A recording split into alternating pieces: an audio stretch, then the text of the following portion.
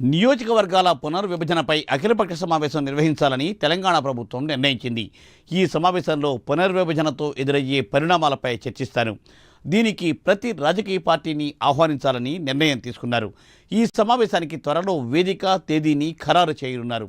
రాష్ట్ర ప్రయోజనాల దృష్ట్యా ఏర్పాటు చేస్తున్న ఈ సమావేశానికి అన్ని పార్టీల ప్రతినిధులు హాజరు కావాలని ఆహ్వానిస్తూ డిప్యూటీ సీఎం భట్టి విక్రమార్క, మాజీ మంత్రి జానారెడ్డి బహిరంగ లేఖను విడుదల చేశారు.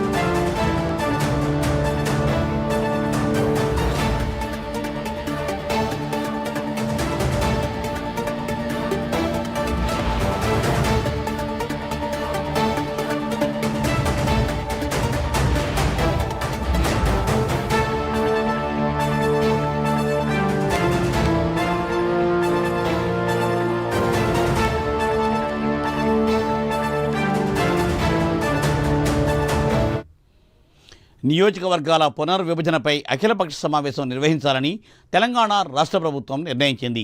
ఈ సమావేశంలో పునర్విభజనతో ఎదురయ్యే పరిణామాలపై చర్చిస్తారు. దీనికి ప్రతి రాజకీయ పార్టీని ఆహ్వానించాలని నిర్ణయం తీసుకున్నారు. ఈ సమావేశానికి త్వరలో వేదిక తేదీని కూడా ఖరారు చేయనున్నారు. రాష్ట్ర ప్రయోజనాల దృష్ట్యా ఏర్పాటు చేస్తున్న ఈ సమావేశానికి అన్ని పార్టీల ప్రతినిధులు హాజరు కావాలని ఆహ్వానిస్తూ డిప్యూటీ సీఎం భట్టి విక్రమార్క, మాజీ మంత్రి జానారెడ్డి ఒక బహిరంగ లేఖను విడుదల చేశారు.